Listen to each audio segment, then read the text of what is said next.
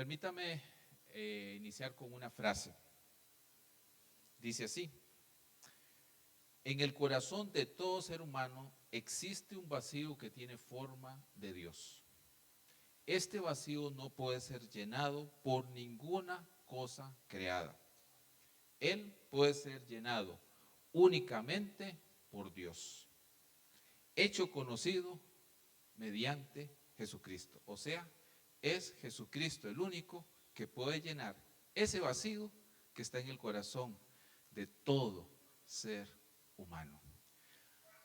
Eso lo dijo un científico del siglo XVII, Pascal, muy conocido a los que estudian ciencias y matemáticas, pero era un creyente también, y afirmaba que su fe no podía estar ajena a lo que hacía como persona. Hoy iniciamos una serie de 3 domingos sobre la Trinidad, en este caso concentrado en Jesucristo. Inicié con esta frase porque hay algo que se conoce como la suficiencia de Dios. O sea, significa solo Dios es suficiente para todo ser humano. O déjeme cambiárselo, solo Jesús es suficiente para todo ser humano. Lo cantamos ahora, por cierto. Pero quiero ligar esta frase, la canción, con lo que vamos a ver hoy y los siguientes domingos. Si Jesús es suficiente, un mal entendimiento de Jesús me lleva a un mal entendimiento de lo que Él es suficiente para mí. O sea que si yo no tengo claro qué significa, ahora sí permítame usar un término más específico, si yo no sé lo que significa la cristología, o sea, qué significa Cristo para mí, voy a tener una insuficiencia a la hora de adorar, porque no lo voy a hacer bien. Déjeme planteárselo de otra manera. Un mal entendimiento de Dios me lleva a una mala forma de adorar. Una forma inadecuada de adoración me lleva a la idolatría a la vez. ¿Ok? Por eso es que estamos durante ciertos momentos del año en nuestros sermones dedicando tiempo a hablar de Dios como el Dios Trino. Ya tomamos una serie de Dios el Padre, ahora arrancamos 3 domingos sobre Dios el Hijo. Vemos otros temas y después cerramos el año con Dios el Espíritu Santo. ¿Por qué? Porque nosotros creemos en un Dios trino, Padre, Hijo y Espíritu Santo. No son 3 dioses, no, es un solo Dios, 3 personas. Hoy nos vamos a concentrar en Dios el Hijo, Jesucristo. ¿Por qué debemos estudiar la cristología? Suena una palabra muy técnica. Tal vez dice, pero es un domingo, ¿para qué vamos a estudiar eso? Mejor dígame algo que me anime para la semana. Otro teólogo de siglos pasados, que se llamó John Owen, dijo lo siguiente: uno de los mayores privilegios y logros de los creyentes, tanto en este mundo como en la eternidad, consiste en contemplar la gloria de Cristo. Si yo no contemplo la gloria de Cristo hoy, si yo no admiro la gloria de Cristo hoy, si desde ahora no me deleito, usted tiene un problema. Porque lo que ahora usted hace, lo hará en la eternidad. Si usted se deleita en la gloria de Cristo hoy, eso se va a deleitar en la eternidad. Si usted no se deleita en la gloria de Cristo, mis queridos hermanos, espabilese, porque no lo hará en la eternidad. Y en la eternidad solo hay 2 lugares: o está contemplando la gloria de Cristo, o estará lamentándose no estar contemplando la gloria de Cristo. Nada más. ¿Y cómo yo sé eso? Por aquí. Aquí lo hago por vestigios, por momentos. No completamente, sí. Pero desde aquí yo debo disfrutar la gloria de Cristo. Debo admirar la gloria de Cristo. Debo hacer todo lo posible para disfrutar de Cristo y su gloria. Así que por eso es que tenemos que dedicar un tiempo para hablar de Cristo. ¿Por qué? Porque la cristología es entrar en terreno santo. La cristología es básicamente contemplar la gloria de Cristo.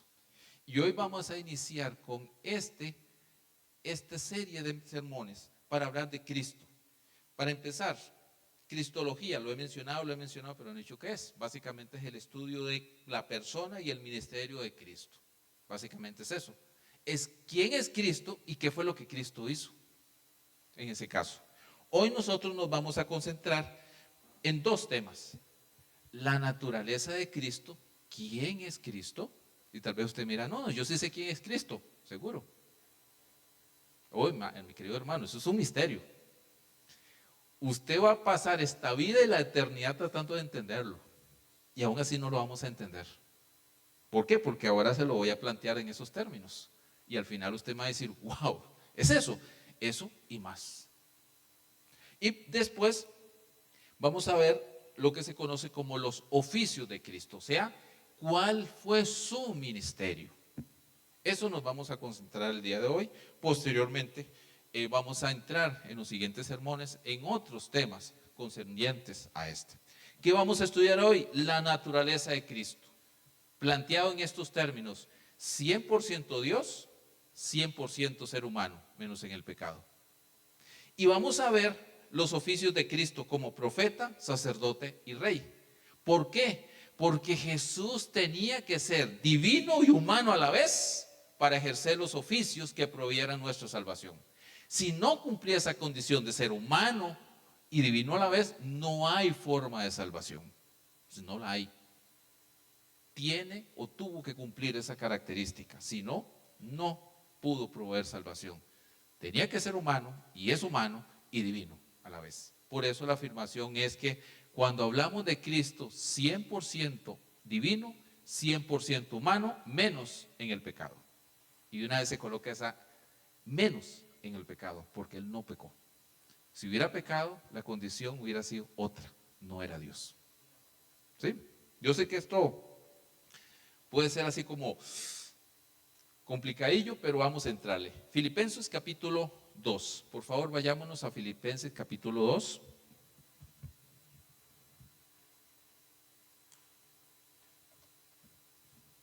Y vamos al versículo 5.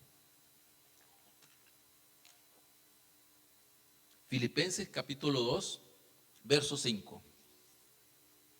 Ese básicamente es el texto base de casi los siguientes sermones. No nos vamos a ir muy lejos de este texto, por lo menos estos dos que siguen.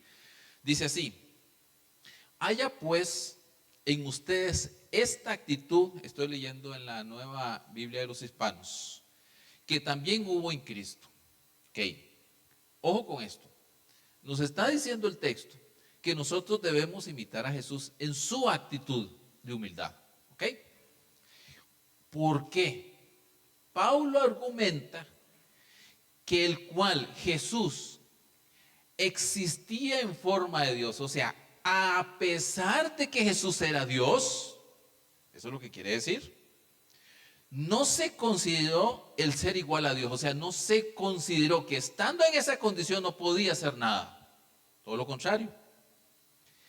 No se consideró ser igual a Dios como algo a lo que aferrarse, o sea, diciendo, yo soy Dios, ¿por qué voy a morir por estos?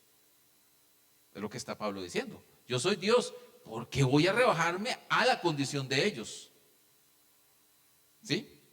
Es básicamente lo que Pablo está argumentando, sino que se despojó de sí mismo, o sea, se humilló. Tomando forma de siervo, haciéndose semejantes a los hombres. Y hallándose en la condición de hombre, se humilló todavía más a sí mismo, haciéndose obediente hasta la muerte, y muerte de cruz. O sea que ahí lo que vemos es Jesús en la gloria rebajándose hasta lo más bajo que pueda haber en ese caso. Algo que en el siguiente mensaje se va a hablar como el estado de humillación y el estado de exaltación de lo que Jesús hizo. Algo con lo que yo no voy a tratar hoy. Pero básicamente es plantear que Él era Dios y asumió naturaleza humana. ¿Ok? Y en esa condición obedeció hasta la muerte, y muerte de cruz. Y el verso 9, para no dejarlo truncado ahí, por lo cual Dios también lo exaltó hasta lo sumo y le confirió el nombre que es sobre todo nombre, para que en el nombre de Jesús se doble toda rodilla de los que están en los cielos, en la tierra, debajo de la tierra, y toda lengua confiese que Jesucristo es Señor. En griego es kurios, palabra que solamente se podía usar para la divinidad. No es un señor de respeto para una persona, no. En nuestro lenguaje el problema es que existen dos señores. Para un respeto a una persona en minúscula y para hablar de una divinidad, en este caso Dios. ¿Okay? En la época en que fue escrito el Nuevo Testamento solo existe una palabra, kurios, y esa solamente era para Dios, punto. Así que aquí Pablo dice, este Jesús tiene una condición divina, es Dios, es Señor, para la gloria de Dios Padre. Entonces, en este pasaje vamos a desprender, para poder hablar de la naturaleza de Jesús y de lo que Él hizo por nosotros. ¿Ok? Obviamente, mis queridos hermanos, esto es un tema que implica pasar del texto a la teología.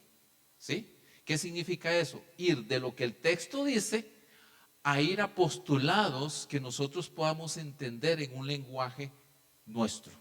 ¿Por qué? Porque si usted revisa la Biblia de tapa a tapa, en ningún lado hay lo que voy a afirmar, sino que la Biblia da por sentado eso.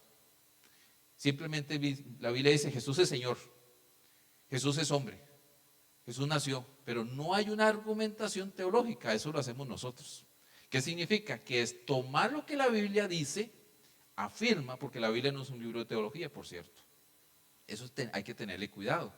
Cuando dice que la Biblia es un libro de teología, no lo es. ¿Por qué la Biblia no es un libro de teología?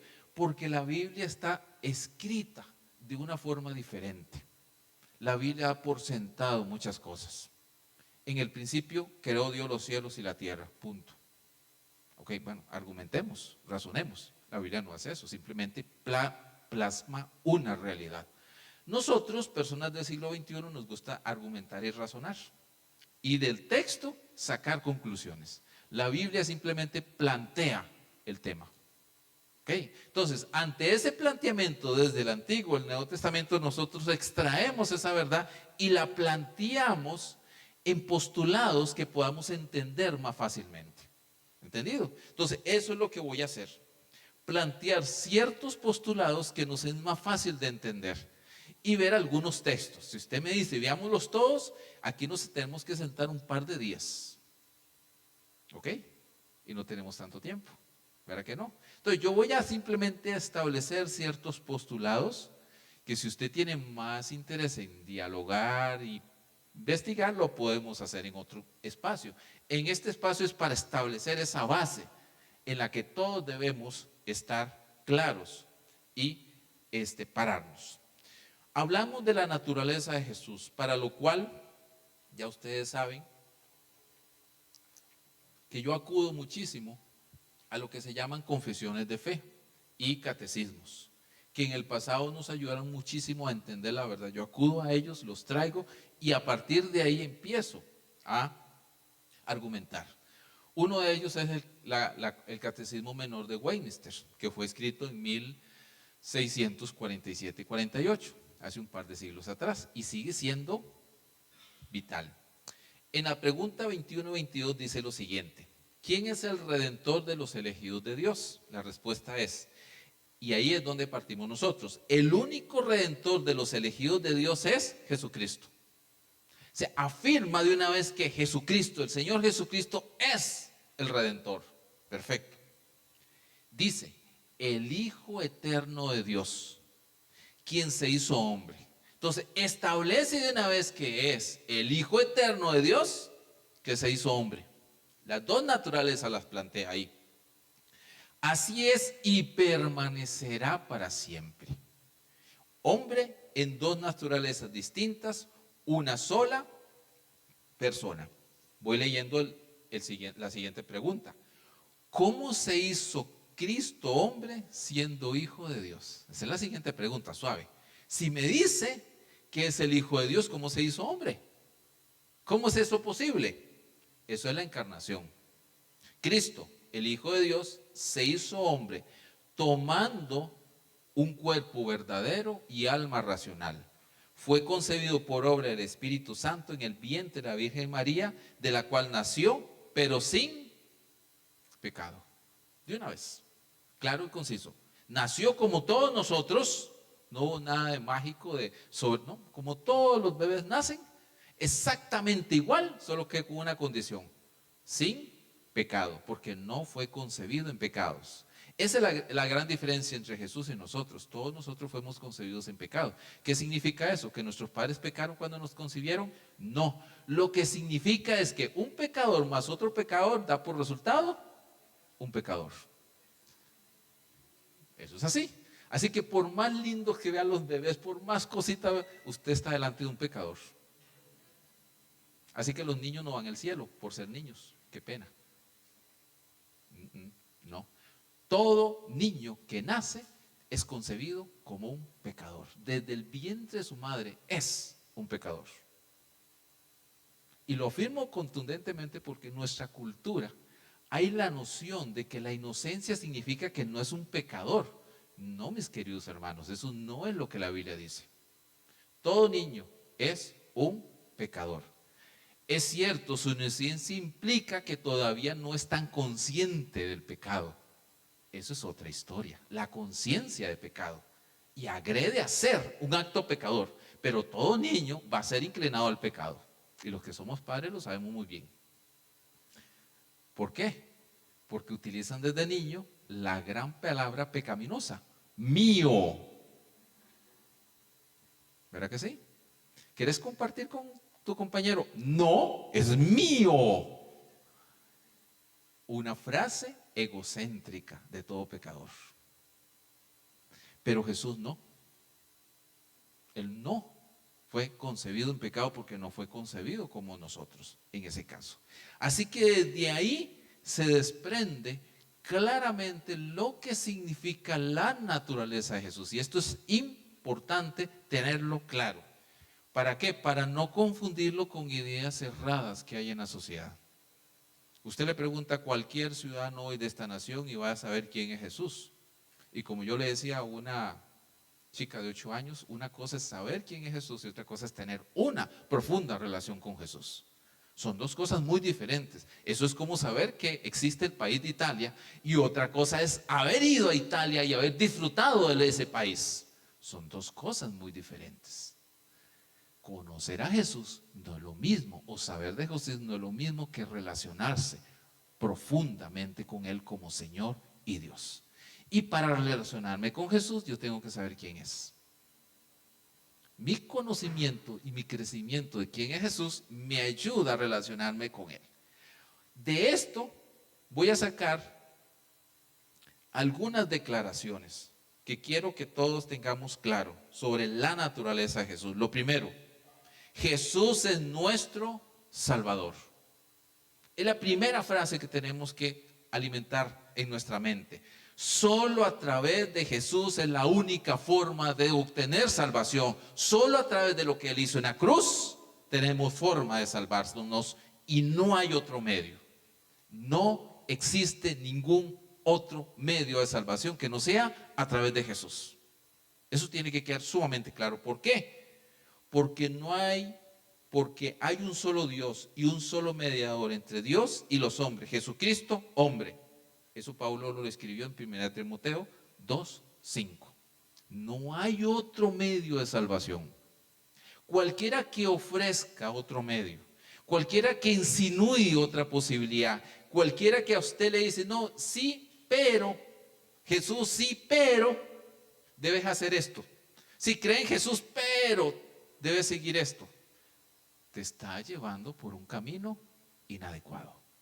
Solo Jesús es tu único Salvador. Punto. Eso es lo que nosotros afirmamos con contundencia. No hay otra manera de salvarse. No por obras, por gracia. ¿Ok? Entonces, es lo primero que tiene que quedar claro. Este Jesús que afirmamos que es el único Salvador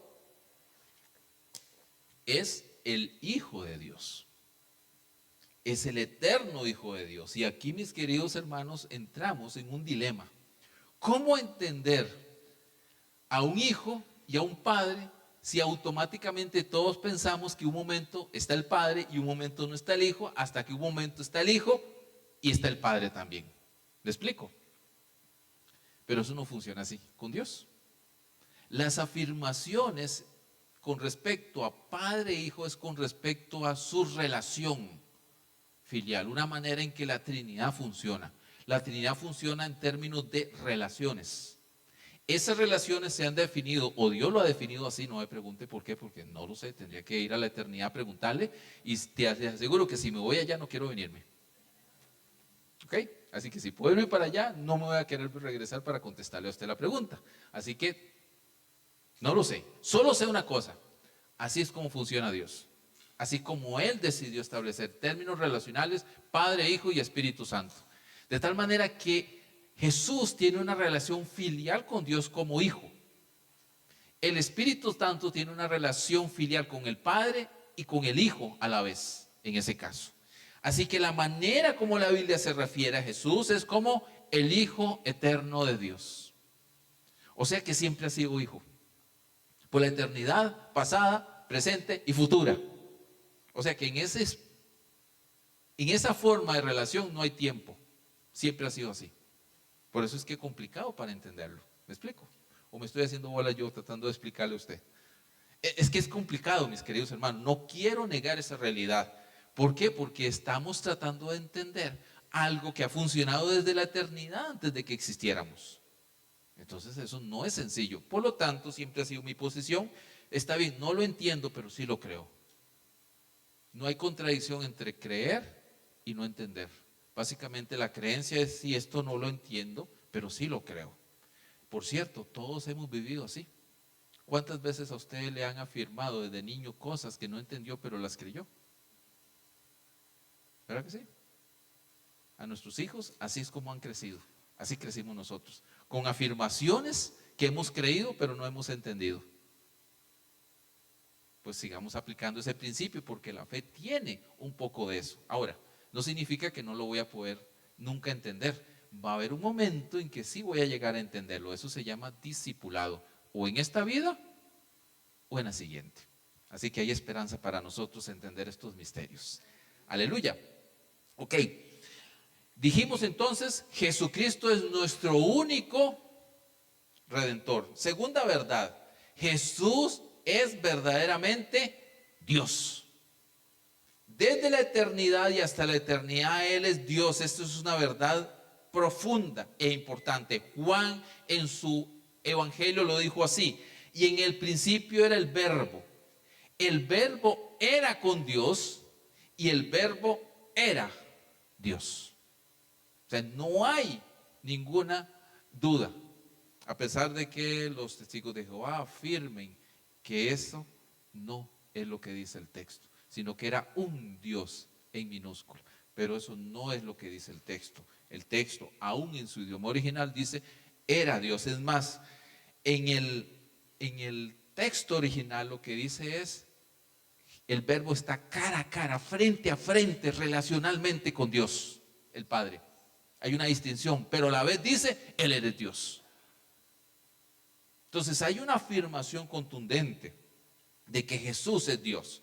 ¿Cómo lo podemos probar? En el Antiguo Testamento, todas las profecías del Antiguo Testamento lo señalan a Él como Dios, cumpliendo lo que ahí dice. Su encarnación, su vida, ministerios, milagros, pasión, muerte, resurrección son evidencias de que Él es Dios, de su divinidad. Es más, usted puede leer, y déjeme leer un par de pasajes, solo para mencionar un par de atributos divinos.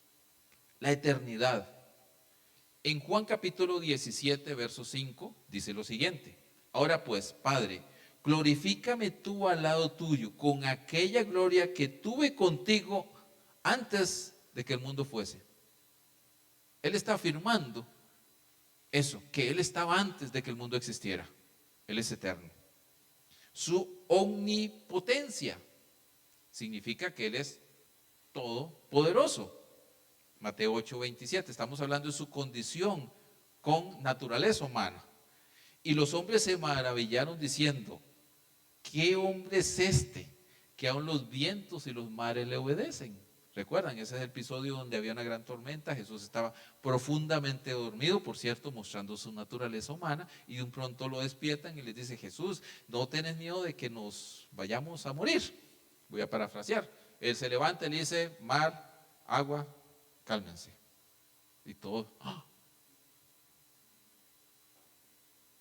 Tiene poder. Si los elementos de la naturaleza le obedecen, si aún puede detener la muerte, le dijo a Lázaro: ven fuera.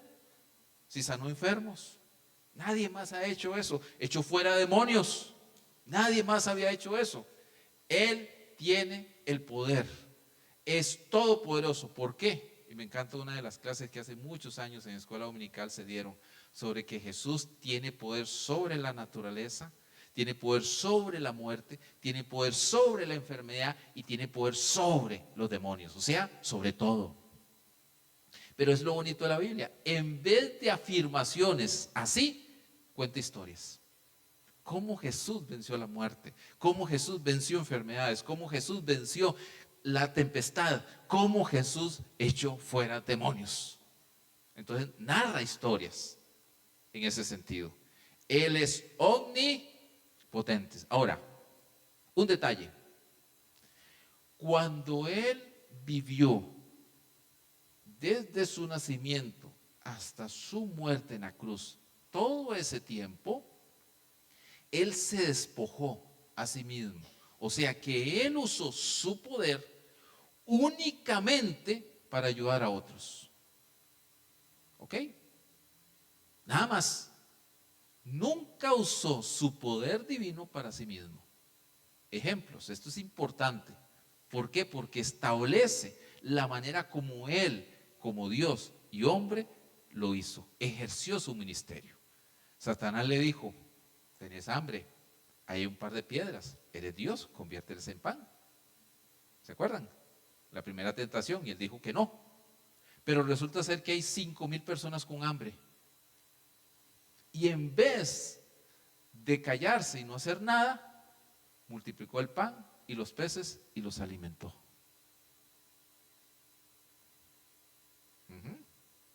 En la cruz se le dijo: tú sanaste personas, tú resucitaste muertos, ¿por qué no bajas de la cruz? No dijo nada. Pero ante la muerte de Lázaro, ante la muerte del hijo de la viuda de Naín, siempre se me olvida ese nombre, tengo que anotarlo, que no se me olvide. Naín lo resucitó. Ante la necesidad que afrontaron otros, ahí sí usó su poder. Nunca para sí mismo. Lo que él podía hacer lo hizo por otros. Por lo tanto, eso es importante. Su omnipotencia en ese momento lo hizo para otros, no para sí mismo. Inclusive él dijo, y se lo dijo a Pilato: yo puedo pedirle a mi padre que me envíe una legión de ángeles a defenderme, pero no lo voy a hacer, porque esta es su hora. O sea que él podía bien decir: Señor, mira, mándame ángeles, estos echarlos. ¿Quién va a poder vencer un ángel? Los ejércitos del Imperio Romano iba a poder vencer a ejércitos de ángeles. Jamás. Y él decidió no hacerlo. ¿Por qué? Porque eso iba a interrumpir el plan redentor. Él es omnipotente. También es omnisciente, o sea que todo lo sabe. Lucas 6:8. Estoy hablando de ese tiempo que estuvo en la tierra. Dice Lucas 6:8: mas él conocía los pensamientos de ellos. Mas él conocía los pensamientos de ellos. Por allá en Juan capítulo 1, al final del capítulo 1, se menciona el momento en que Jesús se encuentra con Natanael y le dice: yo te vi cuando estabas en higuera. Pero Jesús estaba en otro lugar. Por eso él se asombró y dijo: wow, qué maravilloso eres, porque él lo vio. ¿Qué significa omnisciencia en ese caso? Pero siempre lo hizo para mostrar su gracia y su amor a otros.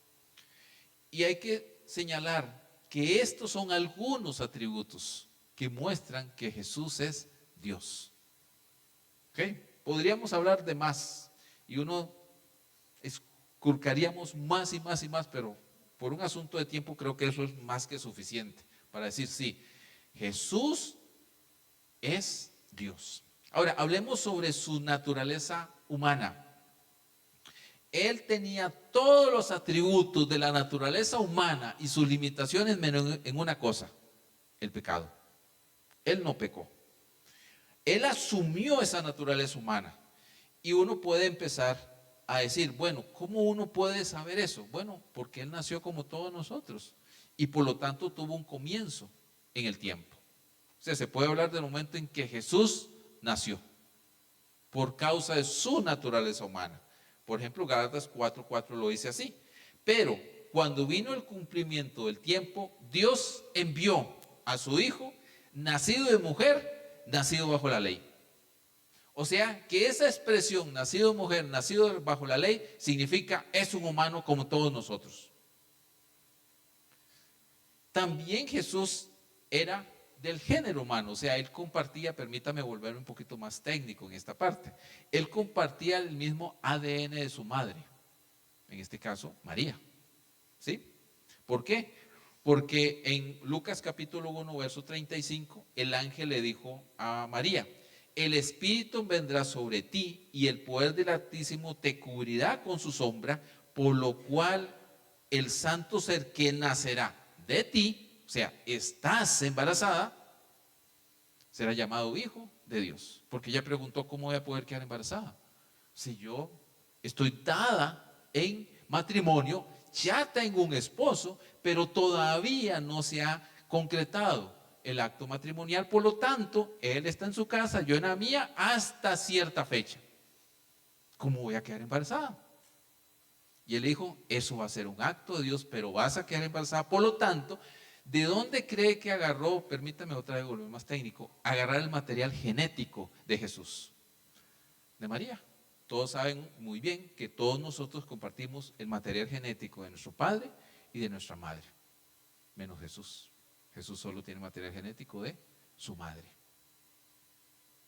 Eso lo digo en términos de hoy. De ahí en adelante no puedo afirmar nada porque nunca lo conocí. No puedo decir si es que era idéntico a su madre, no lo sé. No sé ni cómo era María, entonces no me atrevo a decir. Y las formas como lo muestran en la televisión, nada tiene que ver con lo que posiblemente fue Jesús, ya que lo ponen macho, ojos gato, pelo lacio y no sé qué. Pero esa gente de la zona del Medio Oriente, de Israel, no es así. Ellos no son así. Absolutamente nada que ver. Eso es para que no nos hagamos una idea errada de lo que la tele nos muestra a nosotros, principalmente esa clásica película de Jesús de Nazaret, que muy bonito el actor, pero nada que ver con la fisionomía de una persona de esa época, que normalmente era una persona baja, su barbudo, pero normalmente tiende a ser como los de hoy, de la zona media de Oriente, y moreno en ese caso, más bajos, por cierto, de lo que normalmente son. Así que no era de buen parecer Jesús, en otras palabras, pero su apariencia era lo de menos. ¿Okay? Lo otro es, Jesús estaba limitado a todo lo que usted y yo estamos limitados. Estaba limitado al hambre. Él crecía, él sufría, él tenía dolor, él lloraba. Empiezo a sacar textos y aquí nos daría todo el resto de este tiempo para mencionar que Jesús realmente fue un humano como todos nosotros. Se dormía, tenía hambre, cansado, agotado, sufrió dolor, etcétera, etcétera. Todo menos en una cosa, el pecado. Y sufrió hasta lo más profundo que va a sufrir todo ser humano. Murió. Él en la cruz murió también. No es que parecía que moría, no es que era una apariencia, no. Él murió en la cruz y fue sepultado, como todos nosotros seremos algún día, tanto muertos como sepultados. Él también lo fue. Así que eso es una evidencia de que Jesús era humano como todos nosotros. Ahora, ¿por qué eso es importante? Porque cuando usted se acerca a Jesús, no se está acercando a un Dios que desconoce la realidad humana. Él sabe lo que es el dolor. Él sabe lo que es el sufrimiento. Él sabe lo que es el abandono. Él sabe todas las tragedias que usted está viviendo, ha vivido y vivirá. Él los conoce. Así que cuando usted se acerca, usted no puede decirle a Dios, Dios, pero tú no sabes lo que es esto. Vos estás en el trono o no tienes problema de esto. Perdón, mi querido hermano y hermana. Jesús sí sufrió eso. Hay una canción de Santiago Benavides muy interesante, porque en la canción, ahorita se me fue el nombre, pero en la canción dice que Dios sufrió. Jesús también, gracias. Ahí está la señora que siempre está ahí como ayuda idónea. Esto es deliz de mi parte. Jesús también, gracias. Jesús también se llama la canción. Entonces dice que Jesús también lloró. Jesús también sufrió. Jesús también supo lo que era la traición. Y empieza a describir un montón de cosas que relatan la relación de Dios con la humanidad. Alguien que ha sufrido la tragedia de la traición y el adulterio de su cónyuge. Dios lo sufrió con Israel. Dios le dice a Israel, tú me has traicionado y te has ido con otros. Así que no hay hombre o mujer que haya sufrido la traición de esta índole que no le pueda decir a Dios, Dios, que tú no sabes lo que es esto. Es más, los que hemos sufrido la muerte de un hijo, Dios también perdió a su hijo en la cruz. Así que el dolor no le es ajeno a Dios, mis queridos hermanos. Por lo tanto, nosotros debemos ir a Dios tal y cual experimentamos ese dolor para decirle, aquí estamos Dios con esto que estamos sufriendo. No para que nos quites el dolor, nos encantaría, pero eso no va a pasar, sino para que tú vengas y estés con nosotros en el dolor. Eso hace la diferencia. Por eso es que nosotros afirmamos que en Cristo, en una sola ser, hay dos naturalezas, la divina y la humana. Y tenía que ser así, tiene que ser así, porque entonces Él puede salvarnos, pero a la vez puede entendernos y estar con nosotros. Y eso es lo que hace maravilloso la doctrina de Cristología, porque Él no está aislado. Es más, hoy en la eternidad, a la derecha del Padre, está Jesús con cuerpo humano glorificado. O sea que Jesús nunca se despojó de la humanidad. Él sigue teniendo hoy una naturaleza humana glorificada, pero al fin y al cabo humana, como la que usted y yo tendremos en la resurrección al final de la historia. Esa misma naturaleza, solo que Jesús es 100% Dios y 100% humano. ¿No le parece esto interesante y fabuloso? Esto nos ayuda entonces a entender, si Él es 100% Dios y 100% humano, Él entonces vino a cumplir un propósito. Y eso nos lleva entonces a ir a los oficios de Cristo. ¿Por qué Cristo tuvo que venir? Todos estos oficios, que es el término que se usa, un ministerio, profeta, sacerdote y rey, se encuentran en todas las escrituras. En el Antiguo Testamento como sombra. Todos los reyes, todos los profetas, todos los sacerdotes del Antiguo Testamento son sombras, son tipos, son, ¿cómo decirlo?, pequeños indicios de cómo iba a ser Cristo. Moisés lo dijo, vendrá uno como yo, pero mejor. Está hablando de Jesús. Muchos de los profetas hablaron y va a venir uno a hablar la palabra de Dios. Todos los sacrificios del Antiguo Testamento que tenían que ver con los sacerdotes decían, va a venir uno que va a cumplir todo esto. Los reyes, a David se le prometió uno de su linaje, cuyo reino nunca va a finalizar. Todo esto del Antiguo Testamento son historias que narran la venida de Jesús. Obviamente imperfectas, sí, por eso se le llama sombras. ¿Sí? Ustedes saben la diferencia entre una sombra y la persona que proyecta la sombra. La sombra solo me dice, aquí está, pero usted quiere ver a la persona. El Antiguo Testamento tiene sombras, dice, aquí está Cristo, aquí se muestra, por aquí viene, pero yo quiero a Cristo. Entonces hay que ir al Nuevo Testamento. En el Nuevo Testamento se plasma por realidad lo que el Antiguo Testamento mostró en sombras, vestigios en ese caso. Ahora, ¿por qué 3 oficios? No son 3 cosas a la vez, es una sola, un solo ministerio que se muestra en 3 facetas a la vez por el pecado. El problema es el pecado. ¿Por qué? Permita decírselo así. Uno, el pecado es la negativa a escuchar a Dios.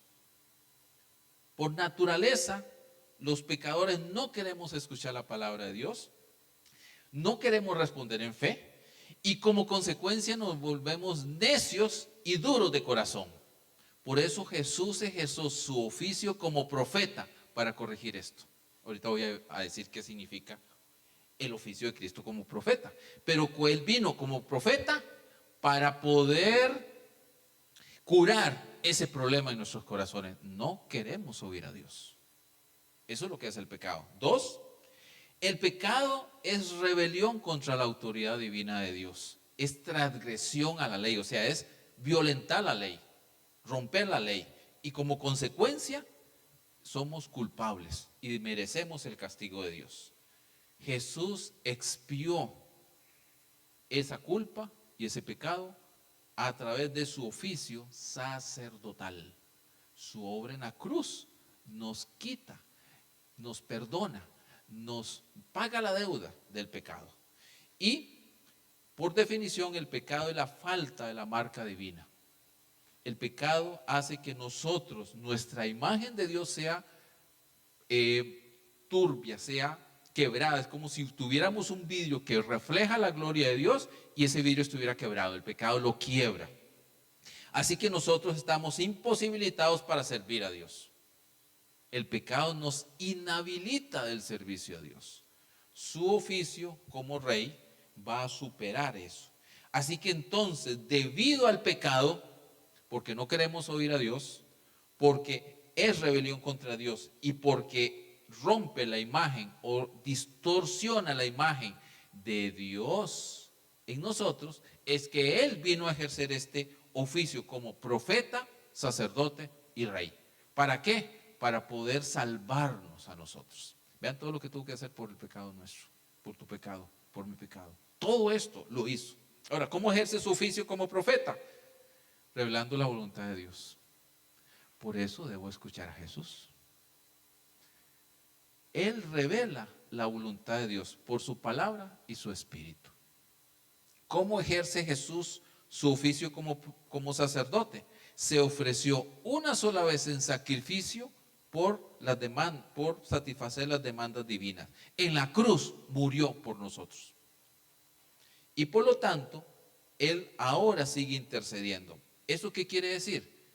Que Él hizo algo al morir en la cruz, pero está haciendo algo hoy. Un sacerdote hacía dos cosas: un sacrificio y una intercesión. Hoy Jesús hizo un sacrificio en el pasado y hoy intercede por nosotros ante la diestra de Dios Padre. ¿Recuerdan lo que dice 1 Juan? Que hay uno, Jesús, que intercede por nosotros. Así que acude a Cristo, porque Él intercede por ti delante del Padre. Él es nuestro intercesor. Es lo que la Biblia nos anima a hacer. ¿Y cómo ejerce Él su oficio como rey? Él lo hace sujetándonos a nosotros, dirigiéndonos y gobernándonos por su palabra, pero también defendiéndonos. Mis queridos hermanos, nosotros no nos defendemos de nuestros enemigos. Jesús es el que nos defiende. Así que en su oficio como sacerdote, como profeta y como rey, provee la salvación. Y tiene que proveerlo de esa manera, porque si no, no hay otra forma para nosotros obtener salvación. ¿Por qué? Porque el pecado nos arruinó. Y su obra redentora es lo único que puede sacarnos de ahí. Por lo tanto, Él va a ejercer su oficio de profeta, su oficio de rey y su oficio de sacerdote para librarnos de nuestros pecados y proveernos conexión directa con Dios el Padre. Entonces, en ese sentido, debo acudir a Jesús. Permítame terminar con algunas reflexiones en este caso. Si vamos a tener comunión con Dios, yo debo tener comunión con Dios, el Hijo, a partir de lo que Él hace. No lo puedo hacer a partir de otra idea que se me ocurra a mí. ¿Por qué? Porque eso se llama idolatría. Si Jesús es sacerdote, ¿qué debo hacer yo? Si la Biblia establece que Él es nuestro sacerdote, nuestro único sumo sacerdote, ¿Qué debo hacer yo para relacionarme con Jesús? Debo arrepentirme de mis pecados. Debo creer en fe que su obra en la cruz, lo que ya hizo, es suficiente para perdonar mis pecados. Por lo tanto, yo te hago una pregunta. ¿Realmente crees en la obra redentora de Jesús en la cruz? ¿Realmente creo que mis pecados son perdonados por lo que Él hizo y por lo tanto yo soy perdonado hoy? ¿Me arrepiento de mis pecados? ¿Deposito mi fe en Jesús constantemente? Esto no es un evento, es un proceso de vida. Constantemente debo arrepentirme de mis pecados y cambiar de vida. 2. Si Jesús es profeta, ¿cómo me relaciono con Él? ¿Lo oigo? ¿Estoy oyendo su palabra? ¿Estoy obedeciendo su palabra? ¿Tengo el compromiso de leer, meditar, estudiar y obedecer las Escrituras? Porque hoy, ¿cómo yo escucho a Jesús? A través de las Escrituras. Debo ir a ellas, debo leerlas, debo oírlas. Hoy, que alguien me diga, no tengo tiempo para eso, caramba, usted tiene un serio problema, porque eso no es posible hoy. No es posible. Con tanta forma de escuchar las Escrituras. Mire, yo voy en mi carro cuando tengo que ir de gira y demás, y voy, pongo ahí una aplicación, papá, y escucho 2-3 horas del viaje, 2-3 horas de la Biblia y solo escucharla. Tengo programas de lectura de la Biblia que solo yo lo pongo en el teléfono y ya sé, solita va diciéndome. O sea, no hay forma de decir que hoy no se pueda. O sea, se lo creo en el pasado, que tal vez era más difícil conseguir Biblia. Hoy no. Hoy hasta la tenemos digital y electrónica. En YouTube, en todas las Spotify, en muchas aplicaciones. Usted dice lectura de la Biblia y le van a aparecer cualquier cantidad de formas. Hoy, que alguien me diga no puedo, no tengo tiempo. Caramba, hermano, usted sí tiene un serio problema. Serio problema. Perdónenme, pero me parece que está siendo engañado. Eso no es cierto. No es cierto. ¿Por qué? Porque necesito crecer en mi relación con Dios. Debo leer las Escrituras. Y por último, si Jesús es Rey, ¿realmente me he rendido al señorío de Jesús? ¿Realmente estoy comprometido con su reino? ¿Realmente estoy dispuesto a vivir para su gloria? En otras palabras, ¿tengo el compromiso de vivir para la gloria de Dios y disfrutar de Él para siempre? Por eso ahora que cantamos, ¿es Jesús suficiente? ¿Realmente es suficiente Jesús en mi vida? ¿Realmente yo me acerco a Él como profeta, como sacerdote, como rey? ¿Realmente yo le obedezco? ¿Yo quiero crecer? ¿Yo estoy haciendo lo posible para crecer en su palabra? ¿Para vivir para Él, para arrepentirme de mis pecados, para extender su reino? Si Jesús es suficiente, yo estoy caminando en esa línea. Si no, la canción se vuelve un bonito canto, pero no significa nada para mí. ¿Es Jesús suficiente? Si Él es suficiente, Él es mi profeta, mi sacerdote, mi rey. Yo lo oigo, me arrepiento y vivo para Él. Ese sería el estilo de vida de nosotros. Un conocimiento claro de Jesús nos lleva a que Él sea suficiente para mi vida. No hay otro medio, no hay otra razón, no hay otro entendimiento, solo Jesús. Por eso es tan importante hacer esa afirmación. ¿Es Jesús suficiente? Si la respuesta es sí, entonces inclina tu rostro y oremos. Y oremos a Él que es suficiente para ti, a Él que es todo para ti, a Él que sin Jesús no hacemos nada. Jesús, primero te reconocemos como nuestro Dios,